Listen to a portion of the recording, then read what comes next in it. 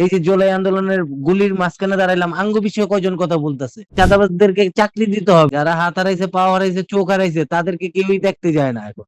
তাদের কোনো খবরই নেই। আমরা নির্বাচন নিয়ে আমেজ, এই জিনিসটা আগেই করতে হবে। চাঁদাবাজ, সন্ত্রাস আর টেন্ডারবাজ এটিরে মুক্ত করতে হইব। হ্যাঁ, হ্যাঁ, আজকে তো আপনাদের মনোনয়ন আ- ঘোষণা করলো। আমি আমি আমি অসুস্থ ছিলাম তো ভাই, বাসায় অসুস্থ।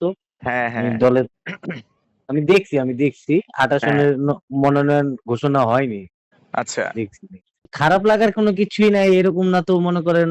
আমরা তো এই জুলাই আন্দোলনের, এটা হলো, আমি নামছিলাম এই জুলাই আগস্টটাকে স্পিরিট। আমাদের জুলাই আগস্ট যারা আহত নিহত হয়েছে তাদেরকে আমরা তাদের রক্তের সাথে আমরা বৈশা বেইমানি করতে পারবো না। আমরা তো তাদের রক্তের উপরেই বসে রয়েছি না ভাই? হ্যাঁ, হ্যাঁ, অবশ্যই। তাই আমরা তো তাদের কথা যদি এখন না বলি, তাহলে তো এই এই জুলাই জুলাই হারাই গেতাছে ভাই। আমরা তো তাদের কথা বলতে চাই। আমরা এখনো বিচার পাইনি। আমরা 1400 মানুষ মারা গেছে, এখনো বিচার পাই নাই। যারা হাত হারাইছে, পা হারাইছে, চোখ হারাইছে, তাদেরকে কেউই দেখতে যায় না এখন।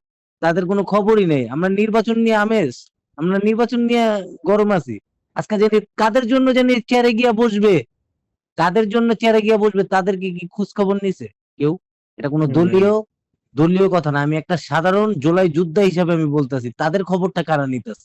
আমরা দেশ দেশ গড়লো যারা, যারা পা হারাইলো, চোখ হারাইলো, আজকে তারা তারা মনে করেন কথা, তাদের কথা কোনো কিছু নেই। আজকে যারা মনে করেন এক এক জায়গায় বড় জায়গায় বসে দিচ্ছে, তারা পায়ের উপরে পা উঠায় কথা বলতেছে। আর আমরা জানি মনে করেন এই যে জুলাই আন্দোলনের গুলির মাঝখানে দাঁড়াইলাম, আঙ্গ বিষয়ে কয়জন কথা বলতেছে? আজকে তারাই সবকিছু করব। আর যারাই এই 28 আসন বলেন, 7 আসন বলেন, যেই আসনই বলেন, এই ফেসিবাদ যেরকম করছে যেন এরকম যেন না হয়। যেই সংসদ সদস্য হোক, আগে আইন করতে হবে। চাঁদাবাজ কেমনে মুক্ত করতে হবে।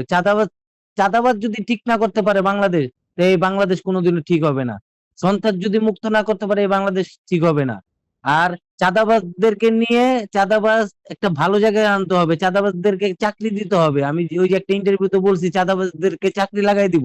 চাঁদাবাজদেরকে চাকরি লাগায় বুঝাইতে হবে, দেখো মানুষ কত কষ্ট করে, মানুষ জানি দিন আনে দিন খায়, কত কষ্ট করে তারা খায়।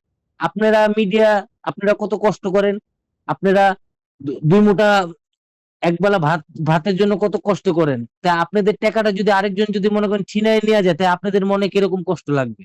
তাই এই জিনিসটাই আমি যেই সরকারে আসুক, যেই প্রধানমন্ত্রী আসুক, যেই রাষ্ট্রপতি হোক, এই জিনিসটা আগেই করতে হবে। চাঁদাবাজ, সন্ত্রাস আর টেন্ডারবাজ এটিরে মুক্ত করতে হইব। এটি যদি মুক্ত না করতে পারে, তাহলে বাংলাদেশ কোনোদিনও ঠিক হইব না। দেশের মানুষ এখন চাঁদাবাজের উপরে খুব খুব ই হুম। চাঁদাবাজ খুব জ্বালাইতেছে বাংলাদেশে। এই চাঁদাবাজ আগে মুক্ত করতে হইব।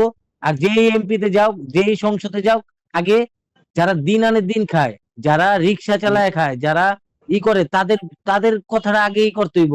বিগত 52 বছর কোনো এই যারা দিন আনে দিন খায়, যারা শ্রমজীবী মানুষ, তাদের অধিকার কেউই পূর্ণ করতে পারে নাই। ওই নির্বাচনের টাইমে কয় আমরা তাদের জন্য কথা বলবো, আমরা চাঁদাবাজি করব। আরো নির্বাচনের তারা যদি সংসদ দিকে বহে, চাঁদাবাজ আরো 3 ডবল বাড়ে। এটি ঠিক করতে হইব আগে। এটি দেশের জনগণ আগে বলতে হবে, আপনারা চাঁদাবাজ আগে আগে ঠিক করেন। এবারকার হুম। নির্বাচন খুবই হবে। এবারকার দেশের জনগণ যেন আর ভুল না করে, এই চাঁদাবাজ যেন মুক্ত করতে চায়। দেশে দেশে সবার সাথে দ্য নিউজ।